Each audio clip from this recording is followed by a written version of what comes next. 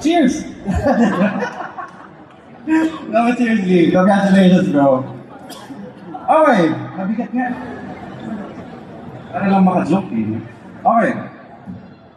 Presenting the award for Best Actress. Here we go. Is again, Sir John Arcilla. And presenting the Barangay Trophy is multi-awarded actress and director and Cinemalaya President, Loris Gillian. The winner of this award will receive a Barangay Trophy.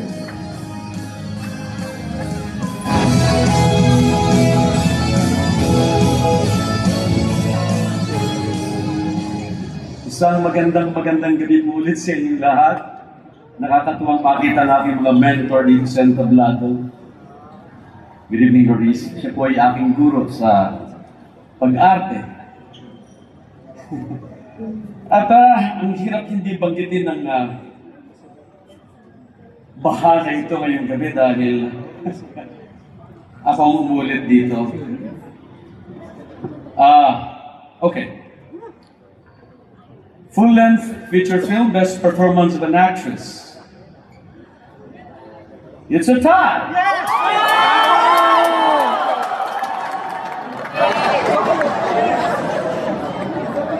For a deeply transformative and devastating performance, for courageously shedding her comedic roots to deliver a riveting, grounded portrayal, and for her touching emotional control, impressively encapsulating in her portrayal the raw frustration, quiet dignity, and heartbreaking desperation of the marginalized struggling against a pitiless bureaucracy.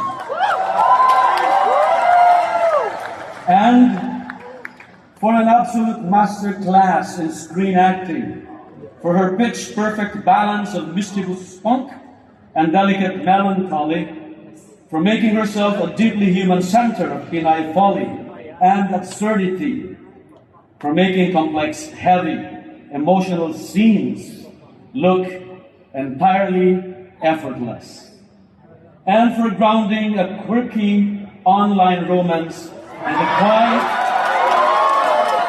quiet, heartbreaking vulnerability of an aging woman yearning for love and companionship.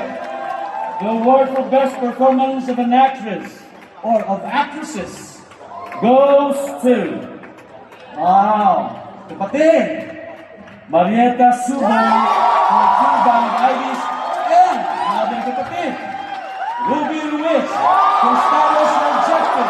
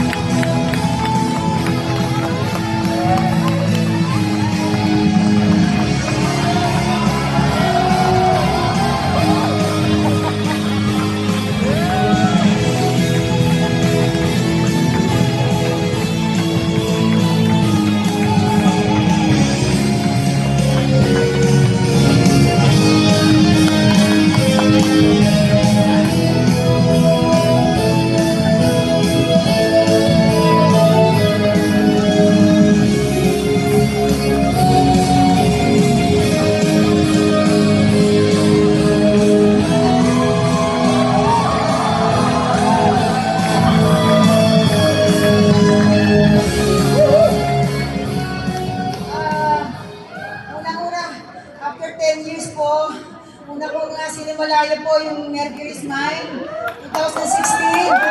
Ito lang ako, Mama, Papa, maraming salamat. Buti lang po yung nanay ko magdalang buntis.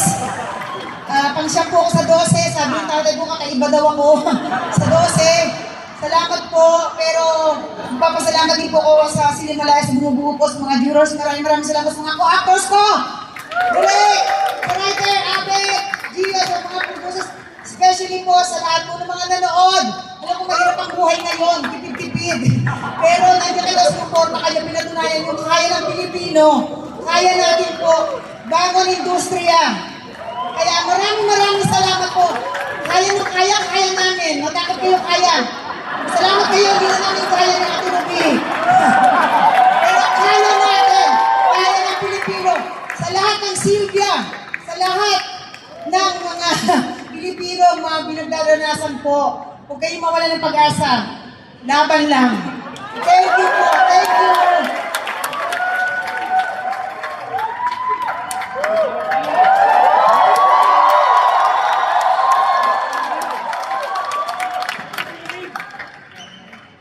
Status accepted.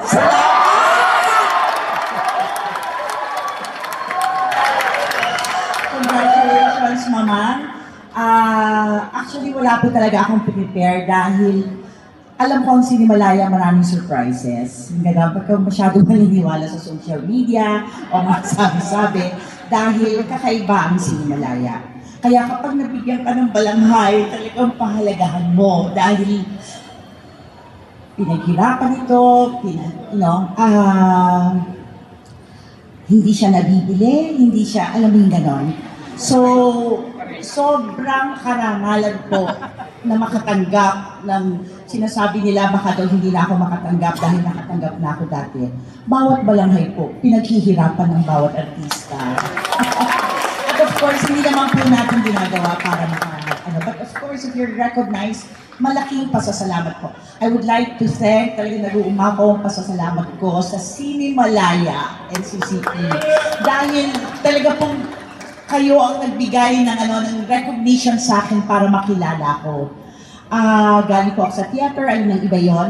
Pero hindi mo po talaga ako kilala sa industry, sa name. Anyway, maraming salamat po. And nagpapasalamat ako sa bata akong direktor na nagtiwala sa akin. At sa lahat, Direct Van, thank you.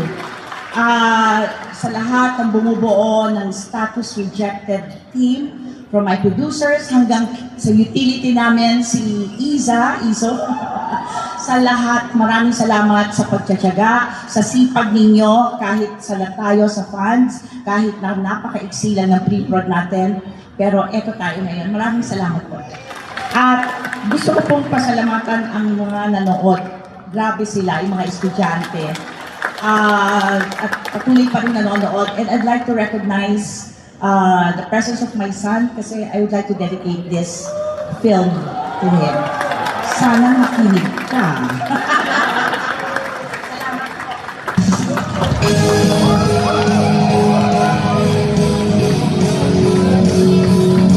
Grabe.